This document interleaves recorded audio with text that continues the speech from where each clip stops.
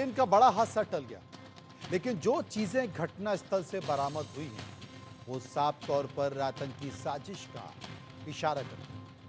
दरअसल कानपुर में अनवर कासगंज रूट पर रविवार देर शाम कालिंदी एक्सप्रेस ट्रैक पर रखे सिलेंडर से टकरा गया। सिलेंडर फटा नहीं और ट्रेन से टकराकर वो ट्रैक के किनारे पर दूर जा गिरा।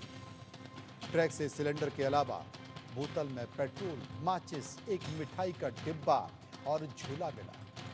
झोले में बारूद जैसा पदार्थ भी पाया गया। अभी तक 6 संदिग्धों को हिरासत में लिया गया।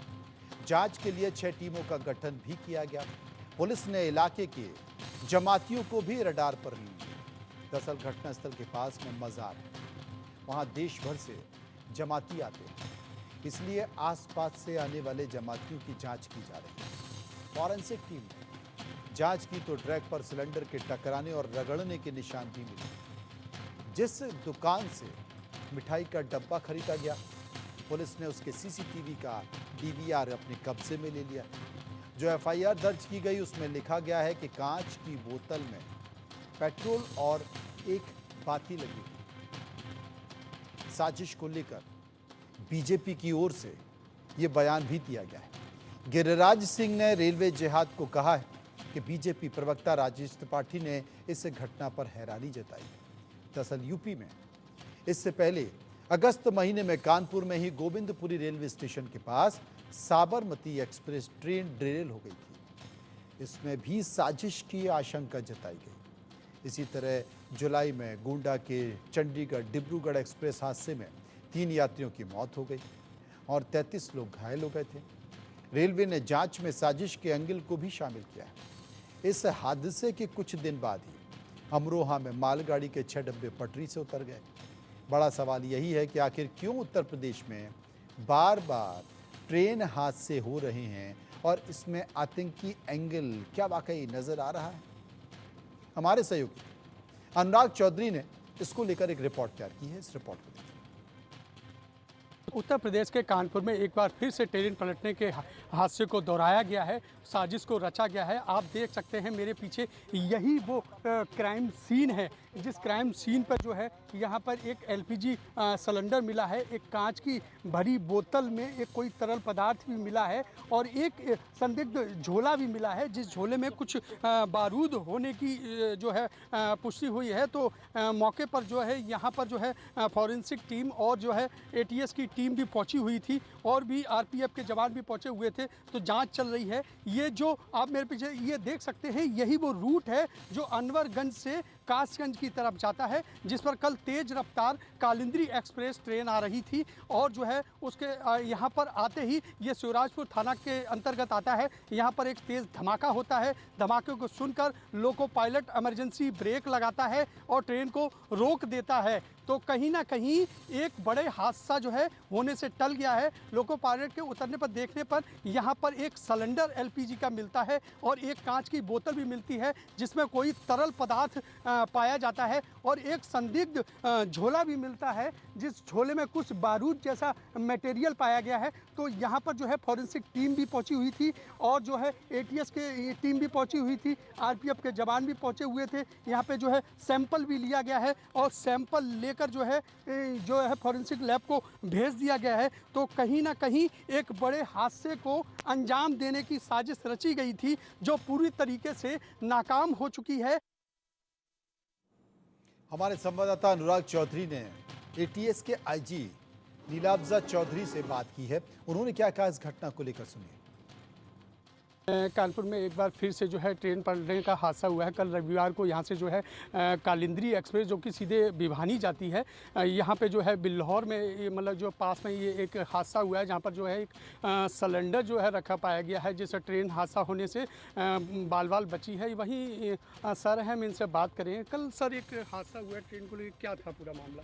देखिए, अभी तो इनिशियल हम लोग इंक्वायरीज कर रहे हैं और एक पॉसिबल डिरेलमेंट का प्रयास किया गया है, ये प्रतीत हो रहा है। तो सभी पहलू को देखा जा रहा है कि इसका मतलब मोटिव क्या रहा है और कौन लोग ने इसको अंजाम देने का प्रयास किया। तो जैसे जैसे कुछ चीज़ सामने निकल कर आएगी और हम आपके सामने रखेंगे। जी, थैंक यू। हाँ, तो देखा यहाँ पे जो अधिकारी आए हुए हैं काफ़ी ये जांच भी कर रहे हैं। जांच में मतलब निकल के सामने आया है, यहाँ पे जांच हो रही है।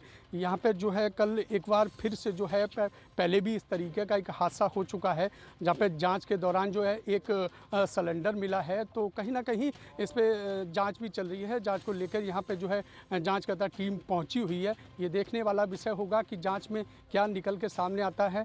अनुराग चौहान, इंडिया न्यूज़। कई बार रेल डिरेल्ड होने की बात आई। मैंने साबरमती एक्सप्रेस ट्रेन के समय भी कहा था, ये संजोग नहीं है, ये संजोग नहीं है, ये एक प्रयोग है। और ये प्रयोग है रेल जिहाद के ऊपर, क्योंकि इस बार जो कालिंदी एक्सप्रेस, इसमें तो रेल के ड्राइवर को धन्यवाद देना चाहिए, उसने हादसा होने से बचा लिया। नहीं तो सिलेंडर रखा, बगल में बारूद रखा, बगल में पेट्रोल रखा, माचिस रखा। ये रेल जिहाद है, टूल किट है। मैं आरोप लगाता हूँ इस टूल किट का मास्टरमाइंड कांग्रेस समर्थक ही कांग्रेस ही है। चलिए, इस पर भी राजनीति हो गई। हमने कुछ सवाल पूछे इस घटना को लेकर, लोगों ने इस पर अपनी राय दी है, सर्वे किया है। सर्वे का पहला सवाल जो हमने लोगों के सामने रखा, पहला सवाल था कि कानपुर में कालिंदी एक्सप्रेस को पलटाने की साजिश के पीछे कौन है। 25% लोगों ने कहा कि पाकिस्तान के ISI हो सकते हैं। 37% लोगों ने कहा यह आतंकवादी संगठन का काम है। 24% लोगों ने कहा स्थानीय असामाजिक तत्व ऐसा कर रहे हैं और 14% कुछ भी कहना नहीं चाहते। सर्वे का एक और सवाल जो हमने लोगों से पूछा, क्या हाल ही में हुए ट्रेन एक्सीडेंट सिर्फ हादसे हैं या फिर कोई आतंकी साजिश है। 54% लोगों ने कहा कि यह आतंकी साजिश है, हादसे नहीं। 40% ने कहा कि लापरवाही से हुए ये हादसे हैं। और तमाम तरह की बातें इस पर की जा रही है। अरविंद कुमार जैन हैं, पूर्व DGP उत्तर प्रदेश, हमारे साथ जुड़ गए हैं।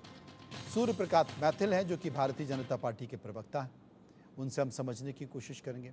अरविंद कुमार जैन सबसे पहले हमारे साथ मौजूद हैं, हम उन्हीं से पूछेंगे। अरविंद जी, लगातार आने वाले समय में हम देख रहे हैं कि कई सारी घटनाएं हो रही हैं, ट्रेन के डब्बे डिरेल हो जा रहे हैं और आज जिस तरीके से तस्वीर दिखाई दी है कि वहाँ पर सिलेंडर है, वहाँ पर माचिस रखी हुई है, मिठाई का एक डब्बा रखा हुआ है, क्या ये एक संयोग है या ऐसे कुछ और कहें? नहीं, संयोग नहीं है। ये तो काफी दिनों से इस पर मीडिया कवरेज हो रहा है कि इसके पीछे कुछ षड्यंत्रकारी शक्तियां हैं, इसके पीछे टेररिस्ट भी हो सकते हैं, कोई बाहर का कोई मॉड्यूल भी हो सकता है और इससे बड़ा सावधान रहने की आवश्यकता है। कानपुर में ही कई घटनाएं हो चुकी हैं, तो ये तो एक डेलिब्रेट है पूरा और किया जा रहा है। रेलवे ने चौतरफा प्रगति की है पिछले 10 साल में, तो बड़ी ज़बरदस्त प्रगति की है।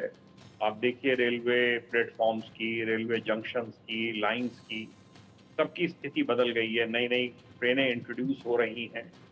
तो इस सब से ईर्ष्या रखते हुए ये घटनाएं मेरे ख्याल से की जा रही हैं, जिससे कि जो एक प्रगति हो रही है उसको डिरेल करने की कोशिश की जा सके। इसमें गहन जांच की आवश्यकता है। मुझे बताया गया है कि ATS की सब टीमें पहुंची गई हैं, IG वहां पे हैं ही नहीं, लापजा, और NIA वगैरह भी इसमें इन्वॉल्व हुई है।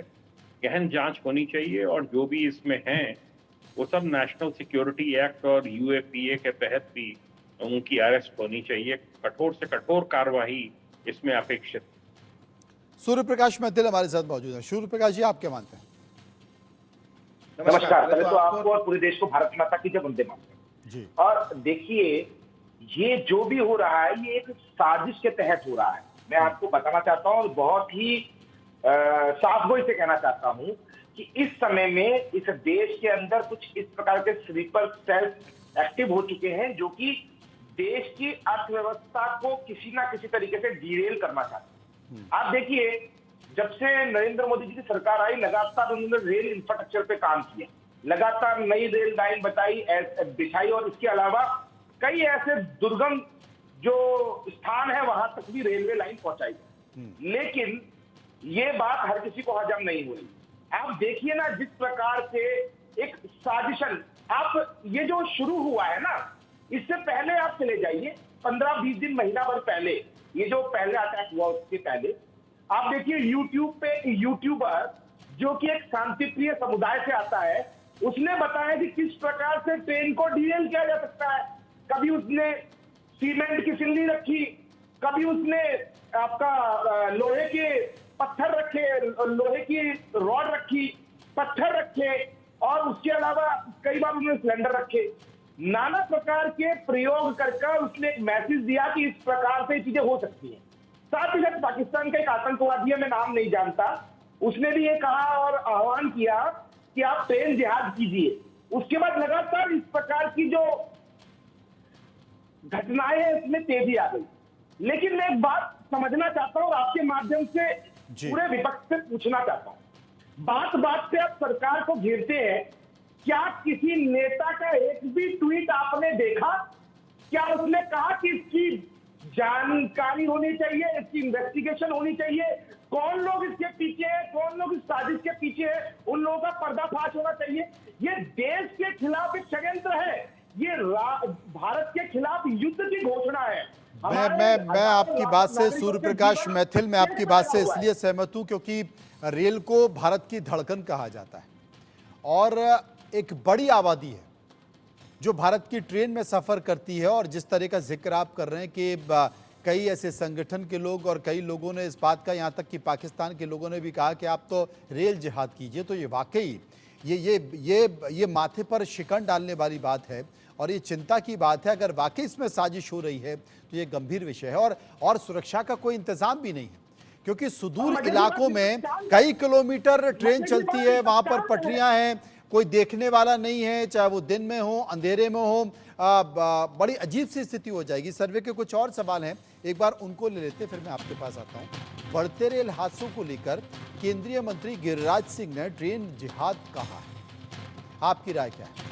50% लोगों ने कहा सही बयान, 42% लोगों ने कहा गलत बयान, 8% लोगों ने कहा हम इस पर कुछ भी कहना नहीं चाहते हैं। सर्वे का एक और सवाल जो हमने लोगों से पूछा, ट्रेनों पर संभावित आतंकी खतरे को देखते हुए क्या कदम उठाए जाएं? 40% लोगों ने कहा ट्रेन में सुरक्षा बढ़ाई जानी चाहिए, 39% लोगों ने कहा सुनसान पटरियों की पेट्रोलिंग होनी चाहिए, 11% लोगों ने कहा अर्धसैनिक बल संभाले सुरक्षा, अभी भी संभाल ही रहा है वही तो, और 4% लोग इस पर कुछ भी कहना नहीं चाहते। हमारे साथ पूर्व डीजीपी उत्तर प्रदेश मौजूद हैं, उन्हीं के पास चलेंगे, अरविंद जी के पास। अरविंद जी, अगर जिसका इशारा गिरिराज सिंह कर रहे हैं, जो कि सर्वे में सवाल भी पूछा, जिसका इशारा सूर्य प्रकाश मैथिल कर रहे हैं, सोशल मीडिया पे भी कुछ वीडियो कुछ इस तरीके से बयान आए, तो ये वाकई बहुत चिंता की बात है। बिल्कुल चिंता की बात है, बिल्कुल चिंता की बात है और इसको बहुत गंभीरता से लिया जाना चाहिए। और इसमें जो जितनी एजेंसीज लग सकें, सेंट्रल गवर्नमेंट की, स्टेट गवर्नमेंट की, वो सब लगाई जानी चाहिए। और हर घटना में कठोर से कठोर कार्रवाई करनी हो। ये जो इस तरह के जो रेल हादसे हो रहे हैं, ये आम परसेप्शन है कि इसके पीछे कोई साजिश चल रही है ट्रेन को डिरेल करने की। इंडिया जो नई नई ट्रेन इंट्रोड्यूस हो रही हैं, कहीं वंदे भारत पर पत्थर फेंकते हैं, कहीं शीशे तोड़ देते हैं, ये कौन लोग हैं? इन सब के खिलाफ कार्रवाई होनी चाहिए।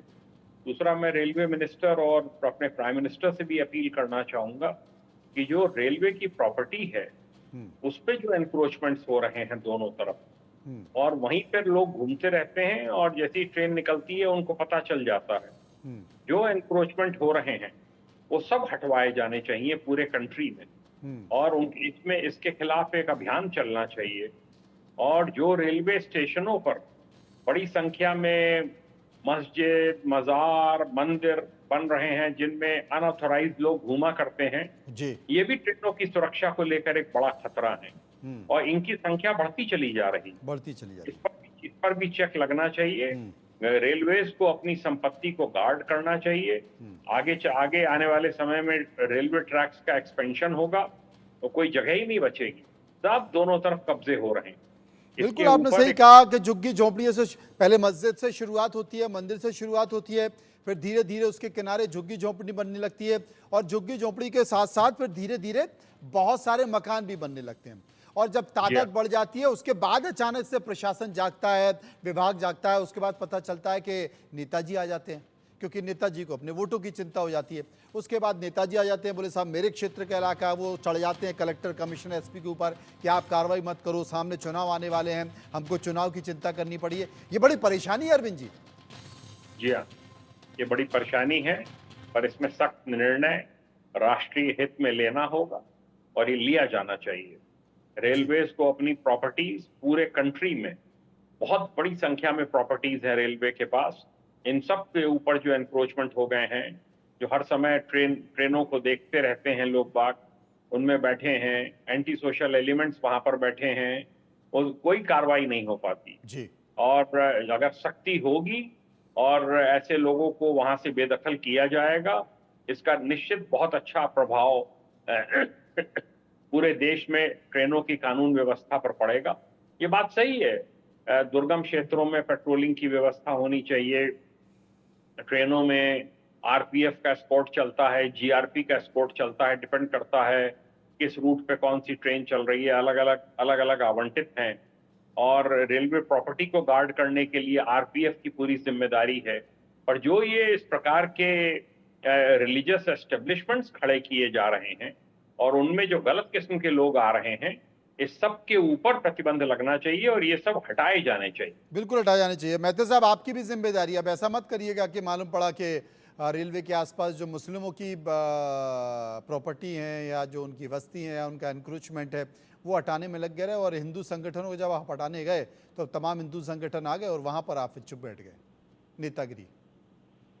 धन्यवाद। देखिए, पहली बात मैं आपको बहुत स्पष्ट कर दूं कि भारतीय जनता पार्टी की जो केंद्र सरकार है, आदरणीय प्रधानमंत्री श्री नरेंद्र मोदी जी के नेतृत्व में हम सबका साथ, सबका विकास, सबका विश्वास और सबके प्रयास में बात करते हैं। दूसरी चीज, देखिए, कानून और प्रशासन कभी भी जात धर्म को देख के नहीं चलता। यदि किसी अपराधी का एनकाउंटर होता है तो उसमें आपको जात नहीं ढूंढनी चाहिए। किसी अवैध कब्जे का यदि निस्तारण होता है तो उसमें भी आपको जात नहीं ढूंढनी चाहिए। वो एक अलग बात हो सकती है कि नहीं, ये आप हमको बता रहे हैं या अपनी पार्टी के नेताओं को बताएंगे? नहीं, मैंने आपसे क्या कहा, मैं आपको बहुत ही स्पष्ट कर रहा हूं। हाँ। माननीय प्रधानमंत्री जी की जो नीति है वो सबके साथ और सबके विकास की है।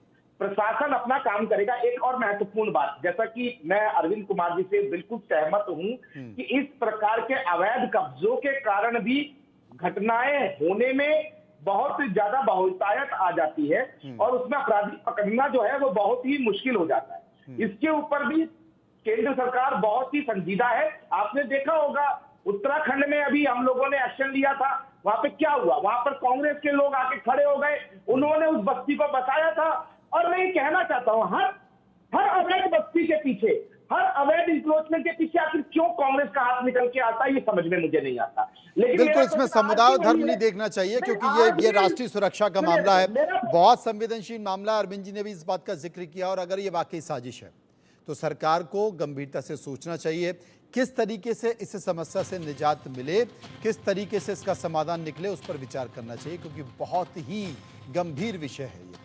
बहुत बहुत शुक्रिया करेंगे अरविंद जी का, शुक्रिया करेंगे मैथिल साहब का जो विस्तार से मेरे साथ चर्चा कर रहे थे। फिलहाल खबरों के सफर में इतना ही, बाकी की खबरों के लिए आप चलते रहिए इंडिया न्यूज़ के साथ और मुझे